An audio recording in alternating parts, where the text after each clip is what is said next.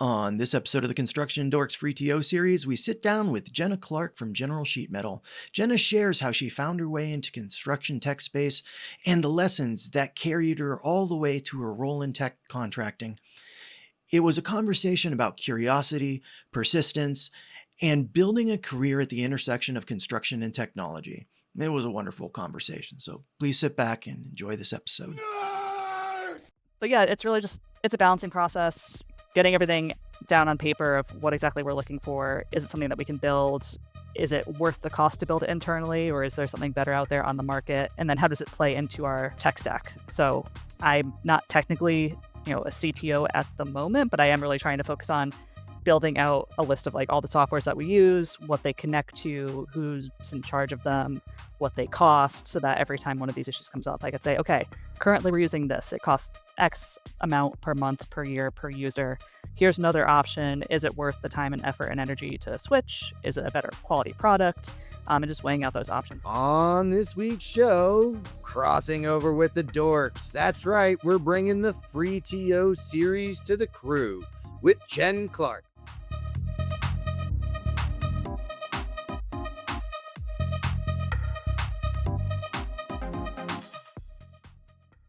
All right, I'm excited.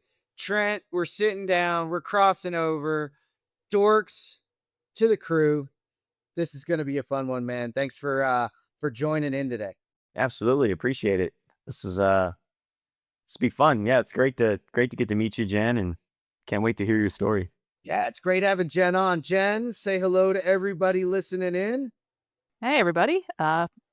Introduce myself or... No, not yet. We're going to leave them hanging for a little bit. Tell us where you're coming from, though, Jen. General Sheet Metal out of Portland, Oregon. Nice. So up in Portland, Oregon, we had the whole who's getting fire and smoke across the U.S. right now. And thankfully, Jen's not. Enough of the weather report. A little insider hint here.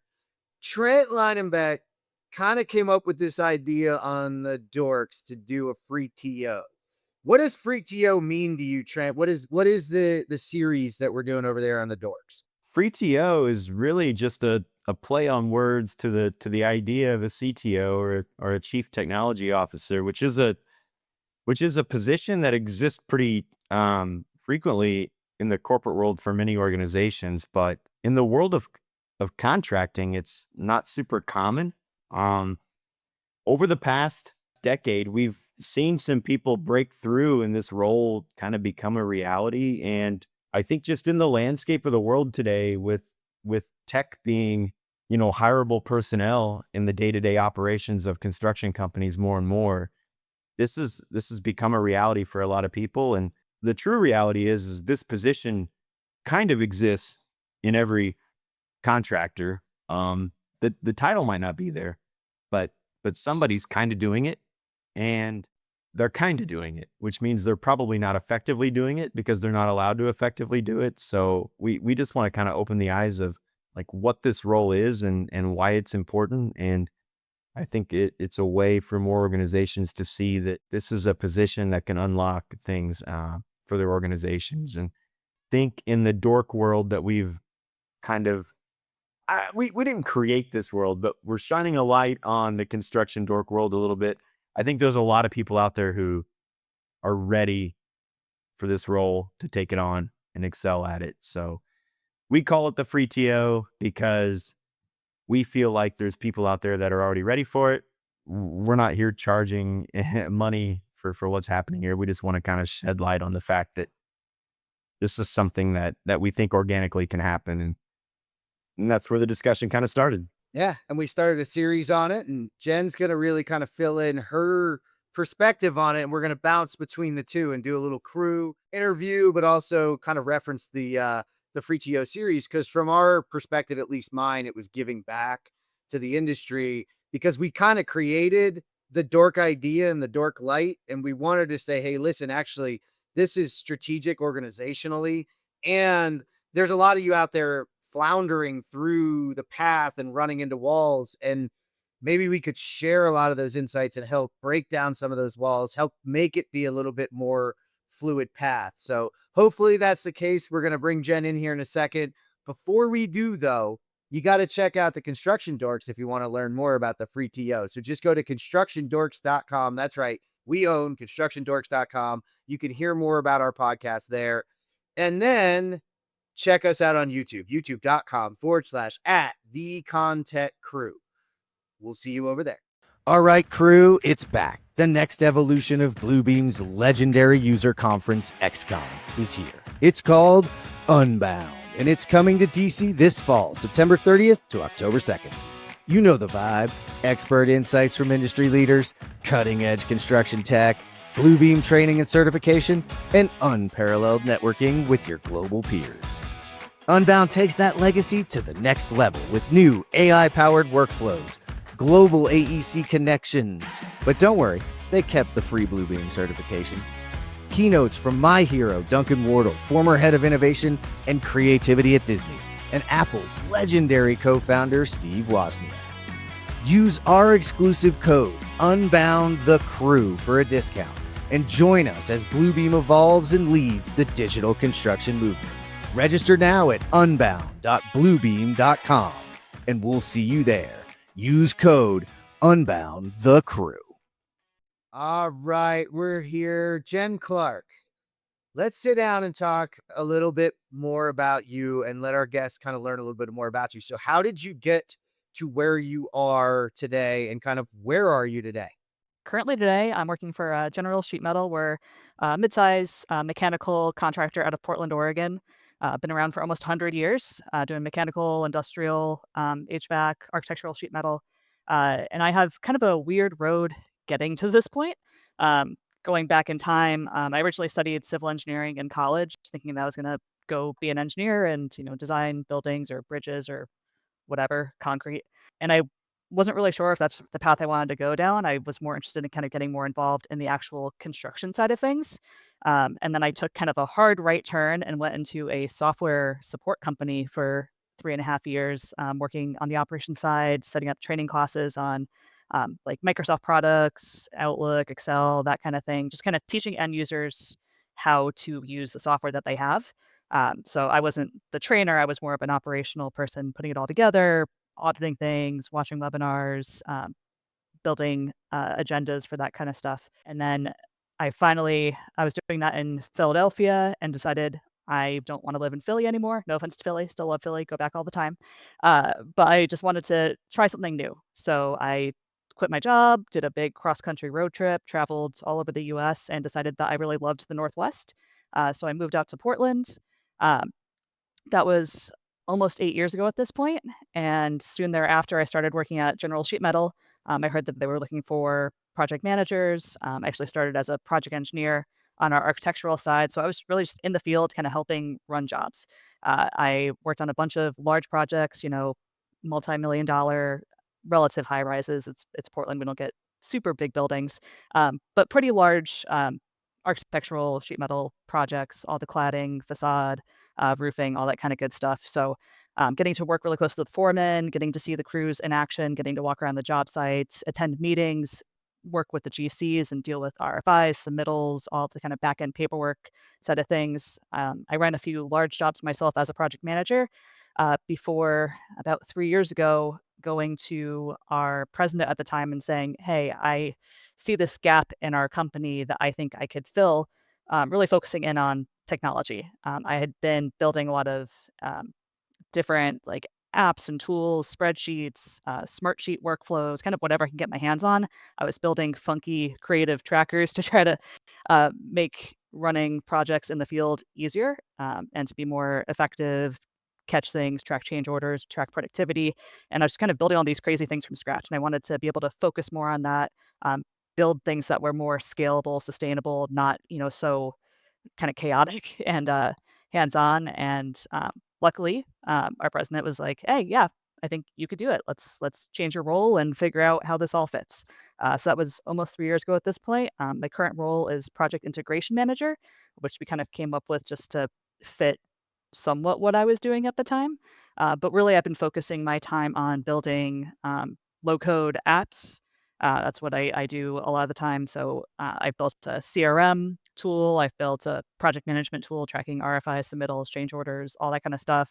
I tie into our ERP system so we can pull accounting data, job costs, purchase orders, all that kind of stuff up into a cloud system because we have an older ERP that's still not cloud based. So trying to kind of, rather than having all these crazy workarounds, building something a little bit more sustainable to push that stuff up into the cloud and make it accessible. Yeah, I've built a lot of things in there. And then as I've just grown in my role, I've started to touch different areas of the business. I'm involved with pretty much every department that we have: finance, operations, logistics, the shop. Anytime we want to roll out a new software platform or integrate something into our current tech stack, just trying to keep a handle on that.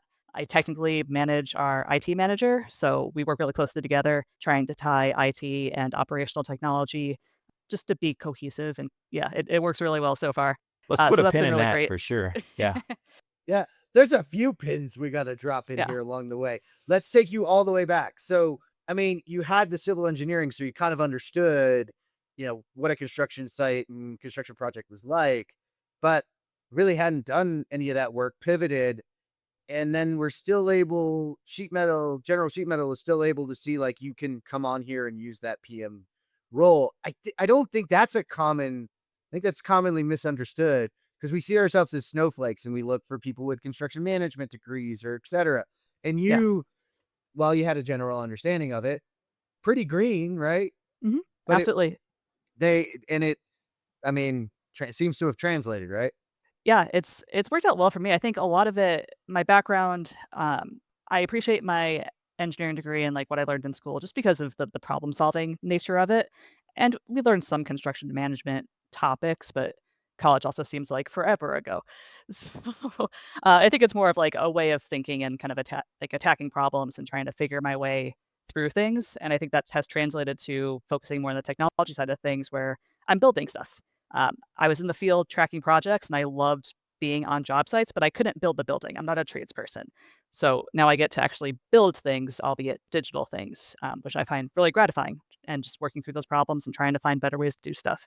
Yeah, those things connect really well, I think. I mean, I think the aptitude for understanding problems and getting dirty and figuring it out and experiencing it, then it allows you the ability to build something worthwhile, right? Like that's sort of those two pieces. But I wanted to open that up because part of the free TO series is understanding that we are snowflakes in some respects in construction, and there are certainly things that you have to learn when you come over. But we're not so snowflakey that we can't go out and get really talented people that have these skill sets and put them to use right away and let them blossom where they want to go, right? The pin in that is you started as operations, you went in here as operations, but they saw your ability to grow and grow into another spot. And that's just something I think, Trent, maybe you can jump in here, but I think sometimes we try to hammer those people into a career path Mhm. instead of really allowing them to flourish. And we've heard that quite a few times on the other side of the show. And sometimes that ends in people leaving, right? And thankfully you didn't. So go ahead, Trent. I think it happens because it's generally somebody's like secondary or tertiary task a lot of times. And we see it pretty common in contracting that it's somebody in virtual design or somebody who's managing something else kind of gets the responsibility to handle some of those things. And I think what's been successful from what I'm hearing, Jen, for you is the initial task was kind of being, I think in the software world, we call it like enablement. Like it's you were somebody who was able to come in and be an enabler in some ways, where it's like you were able to do things that enabled these different areas of the business to kind of work together or like tie them together. And I think that enablement role is like the beginning of what we talk about in this like free TO CTO world, right? That's like it seems like a logical step. It made a lot of sense to me, but I think the biggest thing was I think the biggest attribute that I had that kind of got me into this current role was that I like to figure out how things work. So even while I was a project engineer in the field and working on individual jobs, I wanted to know how to get stuff out of our accounting system. I wanted to understand how we were submitting shop orders. I wanted to understand how we're tracking, logistics and deliveries and will call items and purchase orders. So I really kind of picked apart all of our systems as kind of my part-time job for a bit because I wanted to understand it and figure out ways to make it better for me and my immediate team. And then when it kind of translated into that new role, I could go sit in the department meetings for all these various stakeholders and talk the talk in a way most people can't really cross-functionally do. So I think I was really lucky to kind of have that opportunity and to have the access that I had and the support and the people that I could ask questions of.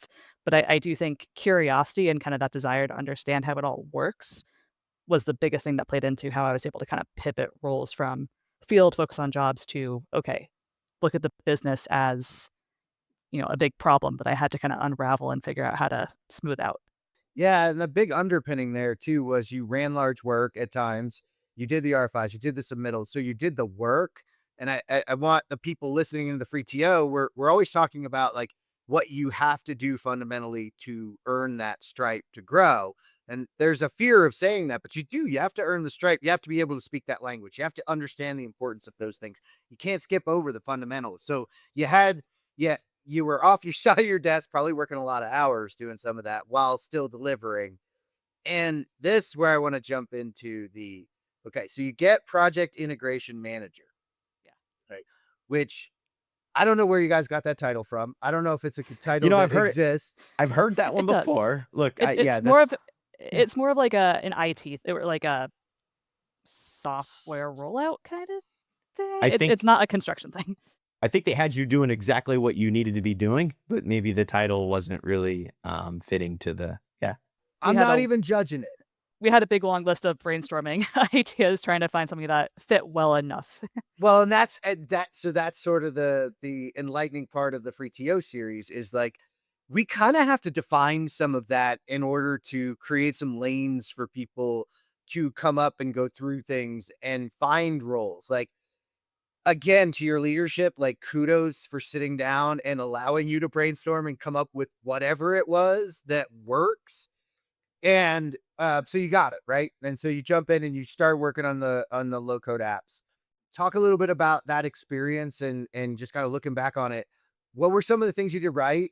And maybe like what can you tell people listening? Like, don't do this. Sure. So looking back on it, it feels like a really long time ago, but I was just really excited to be able to have access to, software tools that I could kind of build what I wanted and make it work the way that I wanted it to work. I was really tired of trying to use all these off-the-shelf project management platforms that were really hard to keep up to date or tedious or didn't play nice with other systems.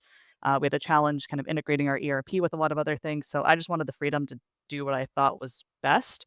Of course, that comes along with like there's so many things you could do and so many ways you could do it. And I think I really just kind of jumped in feet first, and I don't regret that because I think you kind of just have to start somewhere and get practice and get better at building things. Software is not like software development is not construction project management. It's not a construction job. It's iterative and it changes over time, and you have to be willing to test things out and kick the tires and go back and change it.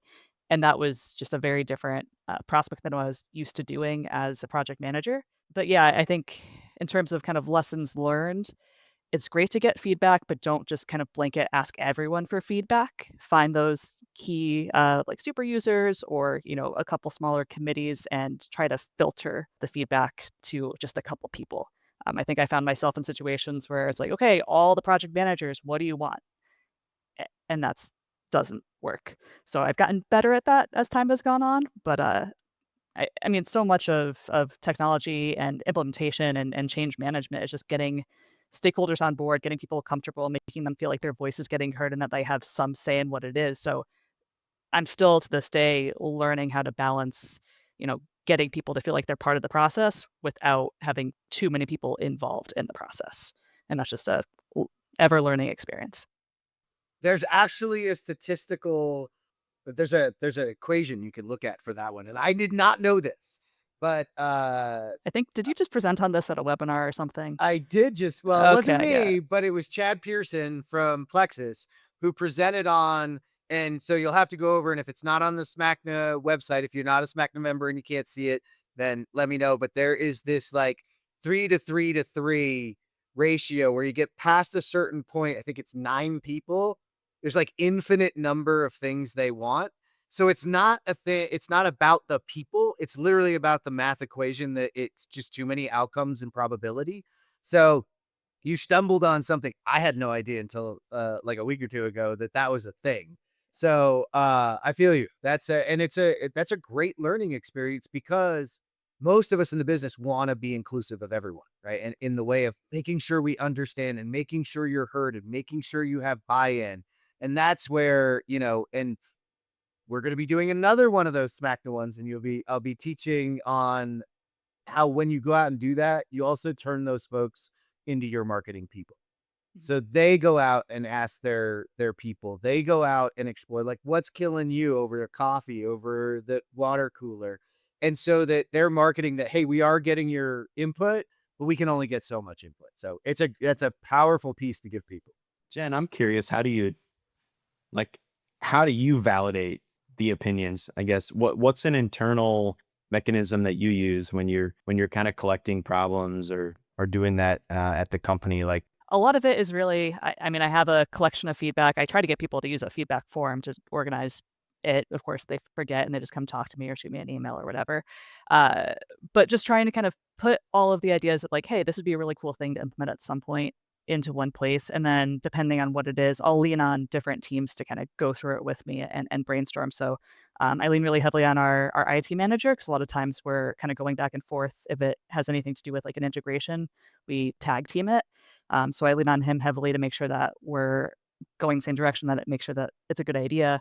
But I'm fortunate because I'm involved in all these different departments. Like I can go to the operations team meeting and say, "Hey, operations team, this is what I'm thinking. Are you cool with it? Any other thoughts?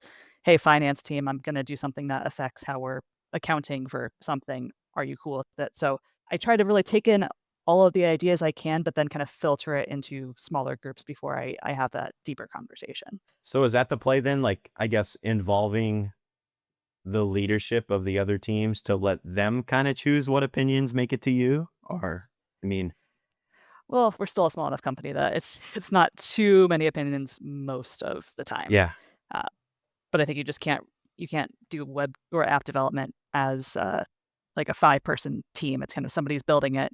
Just got to make sure that it's getting verified and you're keeping the lines of communication open. But yeah, I'm still probably getting in more ideas than I should, and it's just a matter of kind of prioritizing and making sure that every couple weeks I'm looking at my to-do list and okay, these are the 3 things that I really need to focus on. These other things, great down the road, but not getting in over my skis in terms of what's a realistic timeline. And I think going into developing apps as somebody who was not a software developer, getting used to, development and launch timelines and kind of formalizing that process for my own sanity has been just a work in progress. So I've gotten better at knowing how long it's really going to take me to do something. And it's always a lot longer than I initially thought it was going to. Uh, yeah. It Like always is. Yeah. yeah, always. in a true like CTO function though, I mean, I guess, are you at the point now where you have the ability with like when these things come in and it's like there's got to be some kind of decision point where it's like if yes then this, if no then this, like are you able to weigh like what software options are out there currently? Or I mean, so there's obviously problems to solve. Is it like the first actionable item on your end is like, well, is there something solving this problem today? Should we research that and then kind of figure out if that's the right answer or not before we look internally? Or, I mean, can we talk a little bit about the process there? Sure. So when it comes to kind of new softwares or new challenges that come up, I think I tend to lean on we have this really robust like custom app that we've already been building. So is it something that's an easy fix within that because we already have all of our information, databases, all that attached to it. So if I can solve it easily in an app, that tends to be what I lean into doing. That being said, there are times where an off-the-shelf software is going to make a lot more sense. For instance, like shop fabrication, we recently moved to using Stratus, or we're still in the process of implementing it. I'm not going to build Stratus myself. That's not going to happen. So I do try to kind of evaluate what is the issue. I'm try to stay really familiar with what is out there on the market. I mean, I go to conferences, I go to MEP Innovation every year. I'm always walking around all the trade shows, talking to the vendors, even if I have no real intention of buying any of it anytime soon, just kind of knowing what's out there. Um, and comparing it to what I've built myself internally as Well, it well. helps you decide, right? Sure. Yeah, Yeah. for sure. It's a balancing process, getting everything down on paper of what exactly we're looking for. Is it something that we can build? Is it worth the cost to build it internally, or is there something better out there on the market? And then how does it play into our tech stack? So I'm not technically, a CTO at the moment, but I am really trying to focus on building out a list of like all the softwares that we use, what they connect to, who's in charge of them, what they cost, so that every time one of these issues comes up, I could say, okay, currently we're using this. It costs X amount per month, per year, per user. Here's another option. Is it worth the time and effort and energy to switch? Is it a better quality product? And just weighing out those options. But it's still kind of early stages of me getting my arms around all that kind of stuff. Almost there with like a full list of all the Yeah. That's awesome. almost there with a full tech list, but it's tough to get all of that wrangled from kind of smaller company, everyone's doing their own thing, shadow IT, all that kind of stuff into, okay, if you want to look into something new, please talk to Jen before you just go out and buy something Yeah, because we before might you already buy have it. it. I love this because you came from shadow IT. Being an Yeah. IT person by trade, you were my shadow IT out there building apps, Excel, doing whatever, poking around. So we can't fully shade them for shadow IT. And But IT works for her, right? So well, that's an that's what I wanted to interesting. bring back to is so you're not a CTO yet. You're still project integration manager, but we're starting to see the formation of a structure there because you said IT now reports to you, but you also work pretty hand in hand. So explain how that kind of came about and what that sort of looks like right now. It was almost happenstance in a way.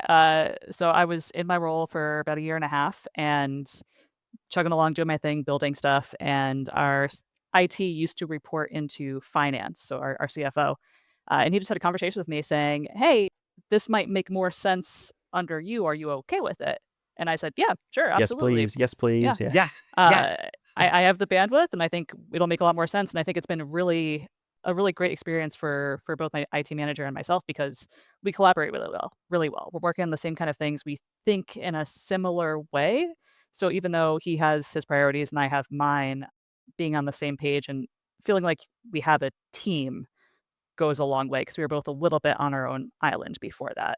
And then down the road, I would love to hire a couple more technology focused people to really kind of build out that team, work more closely with VDC, all of that, but just trying to build out a support network for myself as well as, IT. Well, you're started with the great foundation, right? Because we've had this talk on the free TO series quite a bit. As the IT person and as the person that wears that hack here on the show, it's really important to have a good synergy. And, I was given the thumbs down. It's not that I dislike my CFOs out there. I love you guys, but and women and whoever out there that does the CFO job and counts the beans, but you are the office of no. And IT just gets killed in there. And so it's really powerful to switch underneath someone who thinks very similarly, wants to collaborate, has a respect for, what the IT world does, but also, brings a whole new perspective where a lot of that IT framework is underutilized. And by you using Power Apps, by you integrating with things, by you building things, you're driving ROI back on that infrastructure. And everybody in IT, in my opinion, likes that when it starts to happen. So this is really cool because you're building the building blocks. And, I hope we're giving General Sheet Metal an idea that there is a path that if you're going to hire those people and your IT manager is going to hire people, because as General Sheet Metal grows, that's how it happens. Somebody has to ascend to that seat. So hopefully, there are building blocks for you to go down that route to reach it. And I'm interested, as you guys came together, sounds like you two came together really well, but what were some of the maybe headaches that you can give people a heads up? What are some of the resistance you might get to creating this and sort of, you just said, like, I gotta handle shadow IT a little bit and I gotta handle those things. So what are some of the things you can tell people to watch out for? Yeah, I think the big thing, I mean, for me, one of the challenges has been just the learning curve, right? So I come from, engineering fields, not even field engineering, then like project management side of things. So trying to learn enough IT to talk the talk, trying to learn enough cybersecurity to think properly about risk management. Right now, I'm in the boat of trying to learn enough about BDC to help roll out Stratus and get more value out of all of our BIM data. So it's just a lot of learning and just knowing where, okay, it's not my show. I just need to know enough to kind of talk about it and keep an eye on things. I don't need to be in the weeds as much. It's hard for me because I want to get in the weeds and I want to get in there and play around with it. I think for me with IT in particular, it's just we come at problems with a different perspective. So there's certain tools that IT is used to using to solve problems, and I have my own set of tools. And now we have to come together to either pick one or have them play nicely. And that's just been it's always a balancing act figuring out what's gonna be make the most sense and be most user friendly for our end users. So it's a lot of kind of, do we wanna do this in Microsoft? Do we wanna do this in QuickBase, which is the low code tool that I tend to use? Do I wanna do it in something totally different? And balancing things that IT used to just kinda go for it and build this workaround because that was the only option that they had. Well, now there's better options out there, and vice versa. It's not all me fixing everything with this one tool. It's a whole suite of tools that we have to figure out the best way to make it all work together. So, I think just kind of balancing it and knowing that you might not have the answer and leaning on your peers to find those other opportunities out there. That's awesome, and that's a lot of powerful information for people to understand, because that balancing act of giving up some or understanding and also the ability to walk into that room and know, hey, I don't know enough about this, so I've got to learn and I've got to listen. Too many people in a CTO role or in an IT leadership role or in a just, a role of leading technology feel like they have to be the smartest person in the room. And you rarely are. And they can smell it. They catch you in a second. And I don't think people really understand that as much, and how hard that can be for someone in your role, right? You're an expert in what you do, but you're not, and you can't be an expert in the entire operations. Yeah, nobody could be the expert of everything, but I like to think of my role more than anything as the translator. I could talk tech, I could talk finance, I could talk operations. I can translate it for other groups, but it's just connecting those dots in a way that can be hard if you're I have an interesting perspective on the business that I Yeah. don't think most people have. And I'm Well, as fortunate to have that opportunity. well, as a tech leader, you have what you hope is the smartest people at your disposal and the Yeah. smartest tech at your disposal. So, step one is understanding, what do you have resource wise, personnel and tech. You talk about, you have, internal tech, hired tech, you have internal people, hired people, things like that. So, understanding that landscape lets you make the decisions, right? I mean, when there's a problem that hits your doorstep, you think, who, personnel wise and tech wise, do I have internally? Can we solve this internally? What is there externally, right? I mean, these are all decisions that as a tech leader that you have to make, and you start to kind of understand what you have and what's out there in the world allows you to make the best decisions. Yeah, I'm gonna plug our own episode on the Dorks. We did the human API. That's what we call folks like you in the world, is the human API, because you can translate all the different languages coming from all the different places and articulate them into solutions and why you're doing things and why you might want to make changes. So we need those human APIs, because honestly, especially with the capabilities of technology growing and growing so quickly, the ability to articulate that at the speed we need is, and having people like you in that position is really powerful. Because you got to speak a bunch of different languages, right? You got to speak fabrication shop, you got to speak BIM and VDC, you got to speak finance, you got to speak business. So it's a cool role. I'm wondering what the future holds for Jen and what you're kind of excited about in opportunities, and where maybe others can learn from you on where you're thinking about taking general sheet metal and sort of your shops and the way things are going. So for me, kind of near term future is really focusing on our fabrication shop. We have a really awesome fabrication team. They kick butt. They make a lot of money. They do a really great job, but just trying to digitize that and make it a little bit more modernized how we're tracking our orders. Um, the kind of information that we have. So that's been a big focus for me currently, and that's involving a lot of learning about VDC and BIM and Revit and CAD and all of that fun stuff. And then getting to work with different teams that I haven't gotten to work with as much before. So working with our BIM people, our detailers, some of our shop managers that I haven't interacted with as closely since I've been more focused on the project management and finance side of things. So that's been really eye-opening and given me a great opportunity to focus on a different side of the business. And then kind of beyond, modernizing our fabrication kind of tracking and KPIs and all of that, just continuing to bring the company forward. I know AI is such a buzzword, but where do we want to implement that in terms of workflows? What do we want to purchase for that versus add-ons with current software that we use?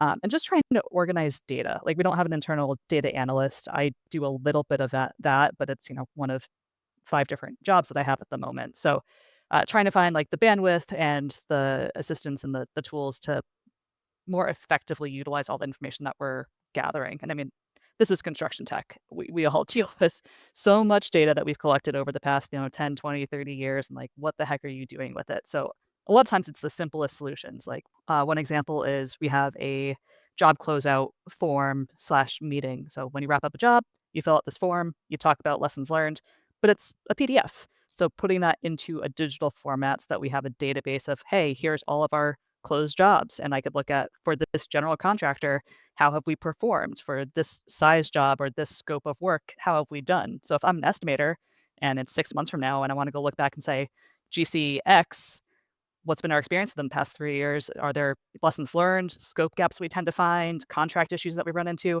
and have that all be searchable and not just a PDF in a folder somewhere.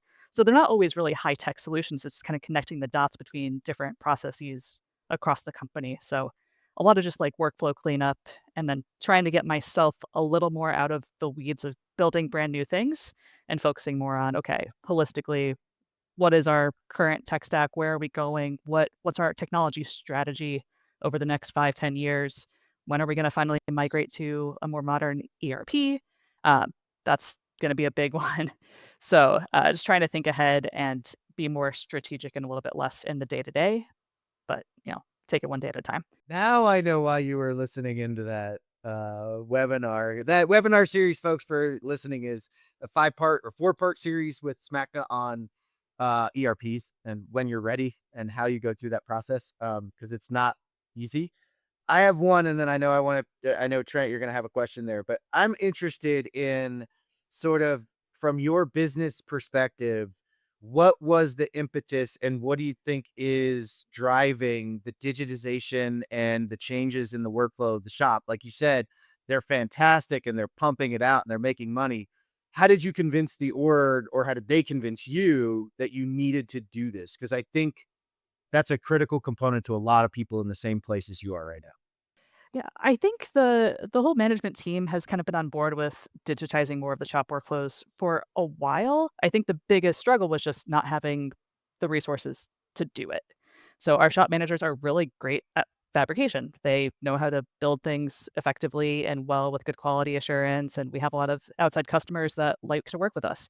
But they're not technology change managers, they're not software developers. So having somebody in my role who can really kind of focus on it and guide it. Like I'm not doing every part of the setup, but just keeping an eye on it and making sure that's moving forward, being able to suggest, hey, here are several options. This is the one that I would go with, but these are, the pros and cons of each, and being able to lay that out. I think we had made efforts in the past to kind of change how we do time cards or change how we track things, but there just wasn't anybody leading the charge on it. And so being able to just focus on it and have me in that seat pushing it along, I think it's gone a long way. But everyone's been on board and wanting to do it, just putting the resources to do it. Oh, getting that clue. Trent, any last questions? This has been a great chat, and like I caught a little bit of what you said earlier. You've already kind of have a roadmap like for what you're focusing on. So I'm just curious, has this roadmap kind of been communicated and like formulated alongside of leadership at your company, or is this just kind of like an internal roadmap that you have, or what's the? I mean, I it's great to hear that. It seems like there's a plan for you and what you're doing in the company. But like, talk a little bit about like what built that roadmap for you. Yeah, I mean, the roadmap for me really has been something that's come out of just my experience the past couple of years, getting more involved in the technology part of the industry. I've been really fortunate to get involved more with SMACNA on the Construction Technology Committee. So getting to talk to Chet Travis from the crew, as well as a bunch of other really smart people on that committee about what their career journeys have been, what they've been focusing on, what like kind of how they're seeing the industry right now has given me a lot of kind of focus and ideas and inspirations. Going to MVP Innovation has kind of shown me what else is out there. So a lot of it's just getting inspired by other people in the industry that I kind of aspire to be more like, or that I've learned a lot from, or that I admire. So that's been a big part of it. I think I'm pretty transparent. I mean, I'll talk to my boss, I'll talk to our president, I'll talk to our CEO, saying, "Hey, this is where I want to be. This is where I'm trying to get to," and it's just kind of not getting ahead of myself. I've only been doing this 2.5 years, so I can't go too fast. But yeah, I'm pretty transparent. This is kind of how I see my career, and this is where I want to go, and this is what I want to focus on, and just laying it out there so people are on But the you same feel page. but you feel like you've already sold the plan, you think? Or I think it's pretty sold. I mean, they've given me, I don't wanna say total free rein, but they've listened to my opinions when I pushed some of the changes to the shop. They bought into it, and I was kind of the final person that they went to and said, "Hey, so this is the right decision. This is the thing we should go with." And like, "Yes, this is what we should go with." So I think I have their trust, and they appreciate my input on things, and they're just kind of getting to a point where I can be out of the weeds enough to really. I kinda led the witness a little bit, but what I want you to say is, was there a particular strategy? Because like, Yeah. you have this roadmap, you feel like the roadmap has been sold to your leadership, which is all just fantastic, and it speaks volume to what you've done as an individual, but for the listeners out there that haven't sold a vision to, like, what's been your, and I'm putting you on the spot a little bit, but like, what's a strategy that they can take that says like, how do I convince my leadership of what I think I already know we should do? Part of it's just, writing it down and mapping it out and making sure that you've kind of thought through it, and the pros and cons, and the different constraints, risks, et cetera. Do a SWOT analysis if there's things that are coming up. But think through it, write it down, and then have those conversations. I mean, I think this is something that might be undersold in the world of technology, but relationships and building trust and being able to talk to people is a huge part of this role. Like, I don't think being the smartest, most tech savvy person is what puts you into a technology leadership role. It's being able to talk to the stakeholders, to sell things internally, and to get people on the same page, and to get people behind you. So biggest thing for me is I talk to our leadership. I have conversations when I go to conferences with them. We grab a beer and we chat, and I brainstorm ideas, and just none of the things kind of on my internal roadmap, or the things that I'm thinking about, should be total surprises, because I just talk to people about it, and I put it out there, and I don't keep it a secret. So, write it down, get your thoughts in order. Don't, just throw things haphazardly at people. But I think have the conversations early and let things percolate, rather than waiting forever until you have everything perfectly buttoned up and here's my entire business plan. Like, don't surprise people. Have them be part of that conversation, build But those you hit it there. relationships. You hit it there a little bit. You said Yeah. plan. So there Yeah. is a plan. It's There's a not plan. just ideas, right? It's No, there's a plan. Like, yeah. All right. I have like a map in my head and partly written out. Yeah, you uh, have to have a little bit of both, right? you have to have a little bit of both. Yeah. So, and I think that's where I'll tie it all back to the free TO series is we're also here as, Trent, myself, others that have gone through it, right? And have been in other industries, reached those areas. Something that I think is really important to construction right now, and for construction companies, sheet metal companies, electrical, GC, everybody. This rapidly changing environment to technologically forward, technologically focused, and technologically enabled through all the different things you hit, including this, sort of accelerant called AI, is critical. And if you don't have someone that's working on the strategy and they're only working in it, you're going to fall behind, because you're just not going to be able to keep up. And so that's where you've laid a great framework.